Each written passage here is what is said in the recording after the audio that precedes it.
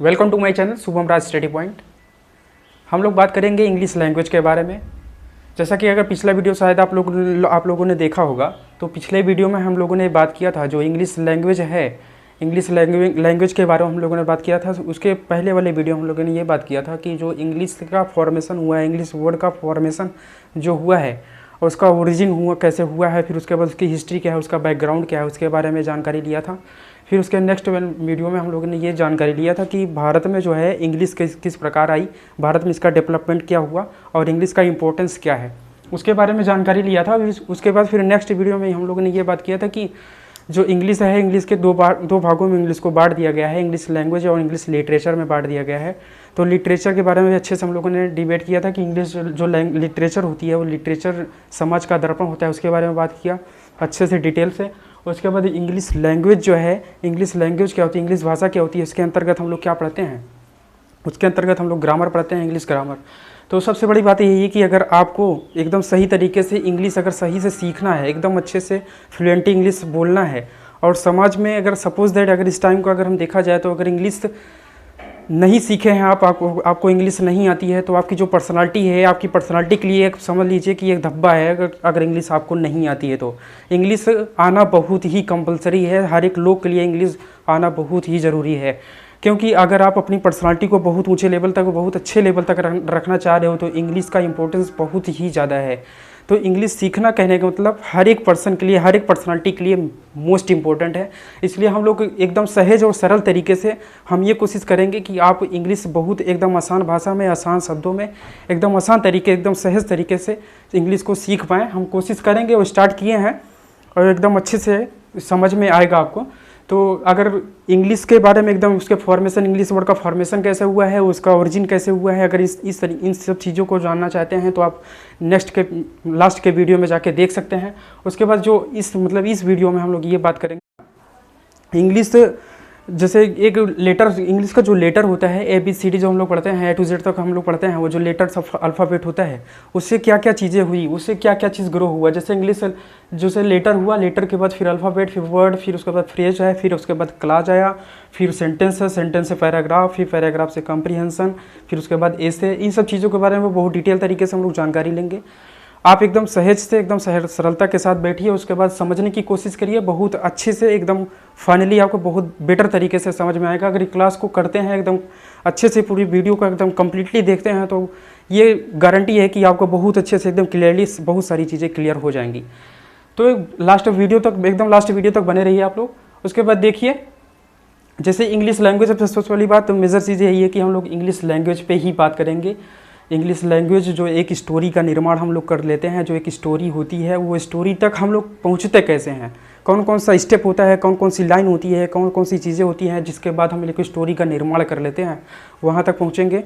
तो वहाँ तक हम लोग इस वीडियो में बात करेंगे। तो एकदम देखिए, एकदम अच्छे से कंसंट्रेशन माइंड करके बैठिए, एकदम आसानी से सारी चीज़ें आपको समझ में आएंगी। तो जैसे इंग्लिश है ना, तो इंग्लिश का जो लैंग्वेज होती है, लैंग्वेज मतलब ये ग्रामर जो होती है, जो भाषा होती है, उसका जो सवाल होती है, उसकी आत्मा जो होती है वो ग्रामर होती है। तो ग्रामर के बारे में ही हम बात करेंगे। जैसे आप कोई भी लैंग्वेज, जैसे सपोज दैट आप पढ़ते हैं, कोई भी लैंग्वेज आप बोलते हैं, तो उसमें जो मेजर चीज़ होती है ना, वो ग्रामर ही होती है। उसकी जो सवाल होती है, वो आत्मा होती है, वो ग्रामर ही होती है। ग्रामर के माध्यम से ही ना हम जो भाषा बोलते हैं, उसकी जो शुद्धियाँ हैं, अशुद्धियाँ हैं, जो उसकी वर्तनी है, कहाँ कौन सी चीज़ें लगानी है, सेंटेंस का निर्माण आप कर रहे हो, सेंटेंस आप बोल रहे हैं, तो कौन सी चीज़ें कब यूज करनी है, ये सारा कुछ अगर हम पढ़ते हैं तो वो ग्रामर में ही पढ़ते हैं। तो अच्छे से हम ग्रामर में ही समझेंगे, ये सारा चीज़, सारा फोकस है ग्रामर पे ही रहेगा। तो आप ये वीडियो को अच्छे से देखें, समझेंगे। तो जैसे देखें लैंग्वेज जो है ना, तो जैसे कोई भी लैंग्वेज, जैसे सपोज दैट होती है, या हिंदी हो या फिर इंग्लिश हो, कोई भी लैंग्वेज जो होती है ना, उस लैंग्वेज के आने से पहले अगर देखा जाए तो एक साउंड पहले आता है। साउंड मतलब जब प्राचीन काल में आदिमानव रहते थे तो सारी बातें जो उनकी होती थी, जो डिबेट करते थे, एक दूसरे से वार्तालाप करते थे, वो सारी बातें होती थी तो सिर्फ उसका एक माध्यम था, इशारे के माध्यम से बात करते थे। तो उसके बाद धीरे धीरे जब विकास हुआ उनका, धीरे धीरे डेवलपमेंट हुआ ना, तो उसके बाद क्या हुआ कि साउंड जो है ना एक साइन का रूप ले लिया, एक प्रतीक चिन्ह, जो साउंड होता था उसने एक प्रतीक चिन्ह का रूप ले लिया। उसके बाद फिर जब प्रतीक चिन्ह बना, प्रतीक चिन्ह, जैसे अगर हम इंग्लिश में बात करें, इंग्लिश लेटर के प्रतीक चिन्ह के बारे में बात करें, तो हम लोग पढ़ते हैं जैसे लेटर्स जो इंग्लिश का होता है, इंग्लिश का लेटर्स जो होता है A to Z तक हम लोग पढ़ते हैं इंग्लिश का लेटर्स।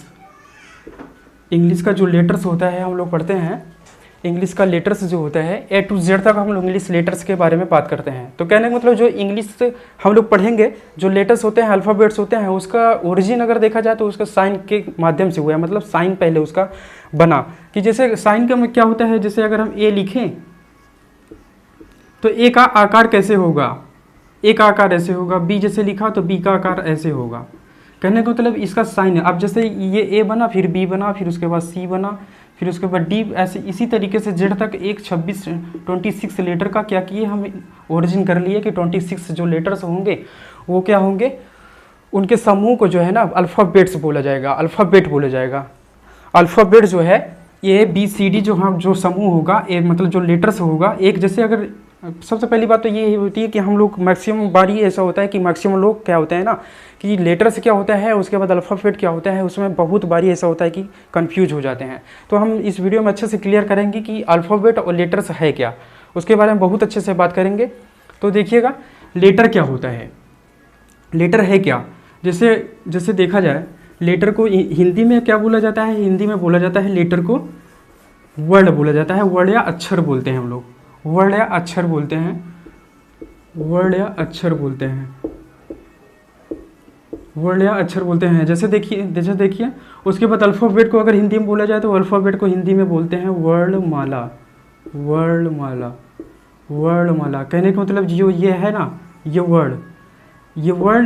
ये वर्णमाला जो बना है, अल्फ़ाबेट जो बना है ना, ये वर्ड से ही बना है।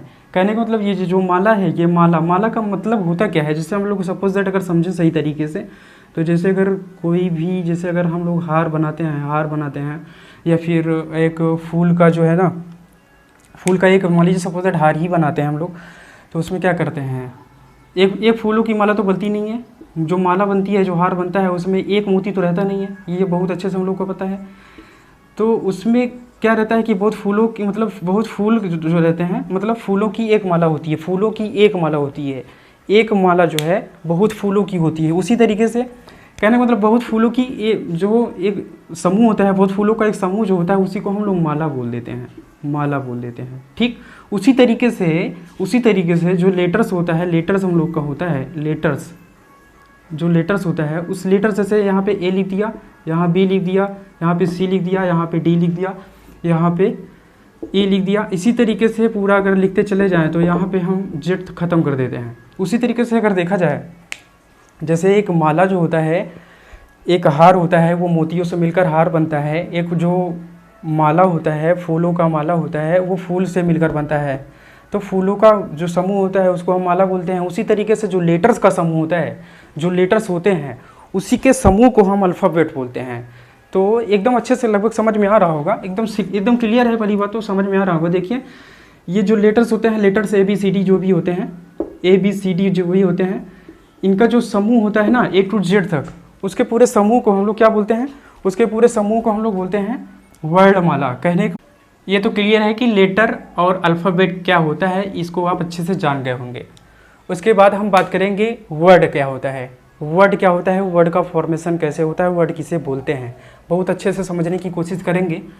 जैसे एक लेटर के समूह को अल्फ़ाबेट हम बोल देते हैं, एक लेटर के समूह को अल्फ़ाबेट जैसे हम बोल देते हैं, उसी तरीके से अल्फ़ाबेट के समूह को हम वर्ड बोलते हैं। कैसे, इसको अच्छे से समझेंगे। जैसे अल्फ़ाबेट होता है, कोई भी अल्फ़ाबेट, जैसे हम कोई भी वर्ड लिखें, जैसे बॉय लिखा, ये एक वर्ड कहलाएगा। वर्ड कब कहलाएगा, जब इसका जो है ना, जब इसका कोई मीनिंग निकलेगा, जब ये कोई सेंस देगा, जब ये कोई सेंस देगा और ग्रुप ऑफ लेटर होगा। कहने का मतलब जो लेटर होगा, मतलब कुछ लेटर्स को मिलाकर एक वर्ड बनता है, और जो वर्ड होता है वो एक मीनिंगफुल सेंस देता है। मतलब कहने का मतलब वो कुछ सेंस देगा, वो उससे कुछ मतलब निकलेगा, उस वर्ड से कुछ मीनिंग निकलेगी, तब जो है उसे वर्ड बोल दिया जाता है। कहने का मतलब एकदम सिंपल सा है कि कुछ लेटर्स का समूह जो एक सेंस देता हो, जो एक भाव देता हो, जो एक मीनिंगफुल वर्ड हो, उसी को हम बोलेंगे क्या, उसी को वर्ड बोलेंगे। जो एक मीनिंग देता हो, एक सेंस देता हो और लेटर्स का समूह हो, उसे हम वर्ड बोलेंगे। उसके बाद हम फ्रेज पे बात करें अगर, तो फ्रेज क्या होता है, फ्रेज पे अगर हम लोग बात करें, फ्रेज क्या होता है? फ्रेज वो होता है जो मीनिंग तो नहीं देता लेकिन लेटर्स का समूह होता है। लेटर्स मतलब कहने मतलब सॉरी मतलब वर्ड का समूह होता है। वर्ड का समूह होता है लेकिन एक मीनिंगफुल सेंस नहीं देता। जैसे देखें हम, ये जो होता है फ्रेज, फ्रेज 2-3 वर्डों का समूह होता है। जैसे हम on the table, on the table अगर बात करें, ऑन द टेबल, या फिर टू द स्कूल, कुछ भी बात करें, कहने का मतलब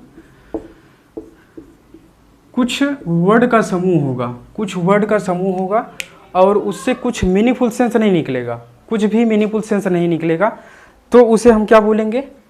उसे हम बोलेंगे फ्रेज। फ्रेज उससे बोलेंगे जो एक कुछ वर्डों का समूह होगा और मीनिंगफुल सेंस उससे कुछ नहीं निकलेगा। उसका अगर हम यूज कहीं कर लेते हैं किसी सेंटेंस में, अगर हम उस फ्रेज का इस्तेमाल कर लेते हैं तब तो उसका सेंस निकलता है, अदरवाइज उसके पहले उसका कुछ भी सेंस नहीं होता है, सिर्फ कुछ लेटरों का समूह होता है, कुछ वर्डों का समूह होता है। ठीक है, ये क्लियर होगा, क्लियर समझ में आया होगा लगभग। उसके बाद जो है ना, अब फ्रेज को समझने के बाद हम क्लास पे आएंगे। क्लास क्या होता है, क्लास को अच्छे से समझने की कोशिश करेंगे। क्लास क्या होता है? क्लास वो होता है, क्लास वो होता है जिसका एक सब्जेक्ट होता है और एक वर्ब होता है। क्लास वो होता है जिसका एक सब्जेक्ट होता है और एक वर्ब होती है। एक सब्जेक्ट होगा और एक वर्ब होगी। ये तो क्लियर है। क्लास क्या है? क्लास एक सेंटेंस में आएगा। क्लास जो है ना, एक सेंटेंस में जो सेंटेंस होता है इसके आगे हम लोग सेंटेंस पे अगर बात करेंगे तो जो सेंटेंस होता है ना, कई क्लासों को मिलकर एक सेंटेंस का निर्माण हो जाता है। कहने का मतलब क्लास और सेंटेंस में अगर डिफरेंस हम लोग को जानना हो कि क्लास क्या होता है और सेंटेंस क्या होता है, तो जो क्लास होता है ना, क्लास की एक शर्त है, यही है कि उसमें एक सब्जेक्ट होना चाहिए और वर्ब होनी चाहिए। क्लास वो होगा जिसमें एक सब्जेक्ट और वर्ब होगी, और जिसमें एक सब्जेक्ट और वर्ब होता है वही क्लास होती है। उससे क्या होता है, उससे हम लोग क्या करते हैं, फिर उसके बाद सेंटेंस का निर्माण करते हैं। उससे हम लोग सेंटेंस का निर्माण करते हैं। सेंटेंस के बारे में मतलब हम जानेंगे नेक्स्ट पे। सेंटेंस क्या होता है? सेंटेंस क्या है? सेंटेंस क्या है? सेंटेंस को अगर समझा जाए तो सेंटेंस जो होता है ना, सेंटेंस कुछ वर्डों का समूह होगा, कुछ वर्डों का समूह होगा या फिर कुछ फ्रेज का समूह होगा जिसमें एक क्लास भी होगी। सेंटेंस में कुछ वर्डों का समूह होगा, कुछ वर्डों के समूह से एक फ्रेज बनेगा, और फ्रेज जो होगा, फ्रेज से जो है क्लास बनेगी। क्लास से जो है हम लोग सेंटेंस का निर्माण कर लेंगे। कहने का मतलब जो सेंटेंस होता है ना, उस सेंटेंस में हम कई क्लास को रख सकते हैं। कई क्लासों को मिलाकर क्या होता है, एक सेंटेंस बनता है। कई क्लासों को मिलाकर क्या होता है, एक सेंटेंस बनता है। तो कहने का मतलब सेंटेंस क्या है? सेंटेंस वो चीज़ है जिसमें क्या होता है, जो फ्रेज होता है, जो क्लास होता है, उससे उसका यूज करके एक सेंटेंस, एक वर्डों के समूह से मिला करके एक सेंस, उसमें मीनिंगफुल सेंस अगर निकल रहा है तो वो हो जाता है सेंटेंस।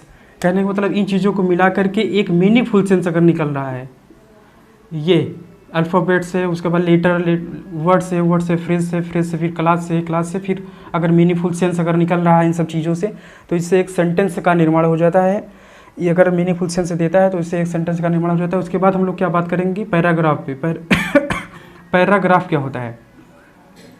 पैराग्राफ वो होता है, जैसे हम सेंटेंस जानेंगे, सेंटेंस क्या होता है। सेंटेंस वो होता है जो कुछ वर्डों का समूह होगा और एक सेंस देगा, मीनिंगफुल सेंस देगा, उसे सेंटेंस कहते हैं। फिर उसके बाद पैराग्राफ क्या होगा? पैराग्राफ वही होता है जैसे sentence by sentence, step by step हम लोग सेंटेंस लिखते चले जाते हैं, तो उसका पूरी जो लाइन बाय लाइन 7-8 लाइन का जो सेंस होता है, वो जो सब 7-8 लाइन जो होती है उसका एक भाव निकलेगा 7-8 लाइनों का। वो चीज़ जो है उस चीज़ को हम लोग पैराग्राफ बोल देते हैं। कहने का मतलब सेंटेंस के समूह को जो एक भाव देता हो उसे हम पैराग्राफ बोल देते हैं।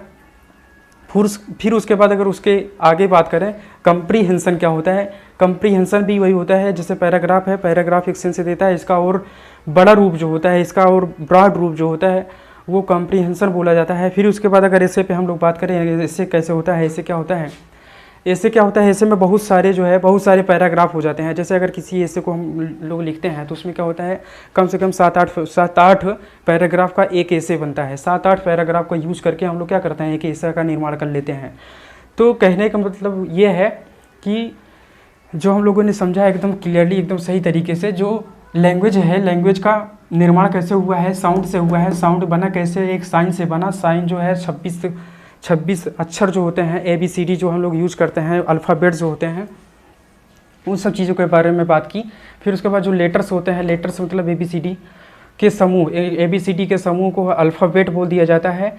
जो इसका समूह होता है उसका अल्फ़ाबेट बोल देते हैं। और सिर्फ एक वर्ड को क्या बोलते हैं, वो लेटर होता है। सिर्फ एक वर्ड होगा, A होगा तो वो लेटर होगा, B होगा वो लेटर होगा, C होगा वो लेटर होगा। अगर उसका पूरा समूह A से Z तक उसकी अगर बात करें तो वो अल्फ़ाबेट हो जाएगा। उसके अल्फ़ाबेट में बात किया हम लोग। अल्फ़ाबेट जो है, अल्फ़ाबेट जो होता है वो लेटर्स का समूह होता है। लेटर्स के समूह को बोला जाता है। अगर हिंदी में इसकी बात करें, अल्फ़ाबेट हिंदी में क्या बोला जाता है, वर्णमाला। वर्णमाला, वर्णमाला दो शब्दों से मिलकर बना है, वर्ड और माला। तो वर्ड क्या होता है, अक्षर क्या होता है, लेटर ही होता है। इसकी माला कैसे, कहने का मतलब कि जो जैसे हम लोग अभी बताए हैं, अभी सुना हम लोगों ने बात किया इसके बारे में कि जैसे कोई भी हार होता है, कोई भी फूलों की एक माला होती है, तो फूल की जो माला होती है वो एक माला जो बनती है वो कई फूलों से मिलकर बनती है। उसी तरीके से जो अल्फ़ाबेट होता है वो कई लेटर से मिलकर बनता है। तो इसीलिए उसको वर्णमाला हम लोग बोल देते हैं। तो वर्णमाला बोल देते हैं। उसके बाद फिर क्या हुआ, जो वर्ड है, वर्ड क्या होता है, वर्ड लेटर्स का समूह होता है। वर्ड क्या है, लेटर्स का समूह होता है। वर्ड लेटर का समूह होता है। इससे एक सेंस निकलता है, मीनिंगफुल सेंस निकलता है। लेटर्स का समूह होता है तो उसे वर्ड बोल देते हैं। फिर उसके बाद क्या होता है, फ्रेज होता है। फ्रेज क्या होता है, फ्रेज वो होता है जिससे कोई मीनिंगफुल सेंस नहीं निकलेगा, लेकिन क्या होगा, कुछ वर्डों का समूह रहेगा, कुछ वर्डों का समूह रहेगा। जैसे हम लोगों ने अभी बात किया, to the school, in the market, on the table, under the table, ये सब चीज़ें हम लोगों ने अभी जाना कि कुछ वर्डों का समूह रहेगा लेकिन उसका कुछ सेंस नहीं निकलेगा। उसके बाद अगर उस फ्रेज को अगर हम किसी भी सेंटेंस में यूज कर दे रहे हैं तो उसका फिर सेंस निकलने लग जाएगा, तो वहाँ फिर वो सेंटेंस में आ जाता है, वो सेंटेंस हो जाता है। तो फ्रेज के बाद अगर हम लोगों ने क्या जाना कि क्लास क्या होता है। क्लास क्या होता है, क्लास की एक शर्त होती है कि ये ना, क्लास में जो होता है एक सब्जेक्ट और एक वर्ब होगी। क्लास में एक सब्जेक्ट और एक वर्ब होगी। क्लास जो है सेंटेंस के अंदर आता है। क्लास जो है सेंटेंस के अंदर आता है। सेंटेंस के अंदर जो है क्लास नहीं आती है। सेंटेंस के अंदर क्लॉज आती है, कहने का मतलब, सॉरी, ठीक है। उसके बाद अगर हम बात करें सेंटेंस क्या होता है, सेंटेंस, तो सेंटेंस वह होता है जो कुछ वर्डों का समूह होगा, कुछ वर्डों का समूह होगा, उसके बाद वो एक मीनिंगफुल सेंस देगा। कुछ वर्डों का समूह होगा, उसके बाद एक मीनिंगफुल सेंस देगा, तो उसे हम लोग बोल देते हैं सेंटेंस, ठीक है। ये चीज़ जाना। उसके बाद हम लोग बात करेंगे पैराग्राफ क्या होता है। पैराग्राफ क्या होता है, पैराग्राफ होता है जब कुछ सेंटेंस होते हैं, कुछ सेंटेंसों को जैसे 7-8 लाइन हम कुछ सेंटेंस ऐसे लिख दिया, उसके बाद उससे एक भाव निकले, उससे एक चीज़ एक भाव निकले, तब वो चीज़ होता है, एक सेंस निकले तो उससे वो हो जाता है पैराग्राफ, वो हो जाता है पैराग्राफ। फिर उसके बाद क्या होता है, पैराग्राफ के बाद हम लोग कम्प्रीहेंशन जानते हैं। तो कम्प्रीहेंशन क्या होता है, कम्प्रीहेंशन क्या होता है, ये भी क्या होता है, कुछ लाइनों का समूह होता है, इससे थोड़ा सा और ज़्यादा बड़ा होता है, पैराग्राफ से थोड़ा सा और ज़्यादा बड़ा होता है, तो वो हो जाता है कम्प्रीहेंशन। फिर उसके बाद अगर हम लोग बात करें कि ऐसे क्या होता है, कम्प्रीहेंशन के बाद ऐसे क्या होता है, तो ऐसे क्या होता है, इससे थोड़ा सा और विस्तार चला जाता है। ऐसे में क्या होता है कि हम लोग उसमें क्या करते हैं, ऐसे में 7-8 पैराग्राफ का जो है, 7-8 पैराग्राफ का एक ऐसे का निर्माण हो जाता है। तो बहुत अच्छे से अगर हम लोग सही से समझना चाहें तो एकदम डीप तरीके से अगर सही से समझना चाहें तो इंग्लिश का जो स्टोरी जो होता है, जो इंग्लिश का स्टोरी जो होता है, जो ऐसे होता है, उसका फॉर्मेशन कैसे होता है, वो चीज़ कैसे वहाँ तक पहुँची है, एक ऐसे का जो लाइन बाय लाइन पैराग्राफ हम लोग लिख लेते हैं, उस तक हम लोग पहुँचे कैसे हैं, अगर इसी के बारे में बात करें तो एकदम क्लियरली लगभग आपको समझ में आया होगा।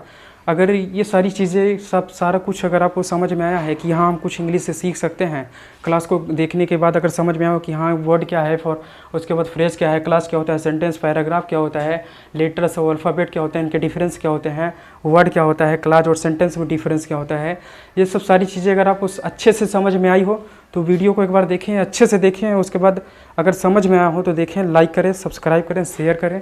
मिलते हैं नेक्स्ट वीडियो में। धन्यवाद आपका।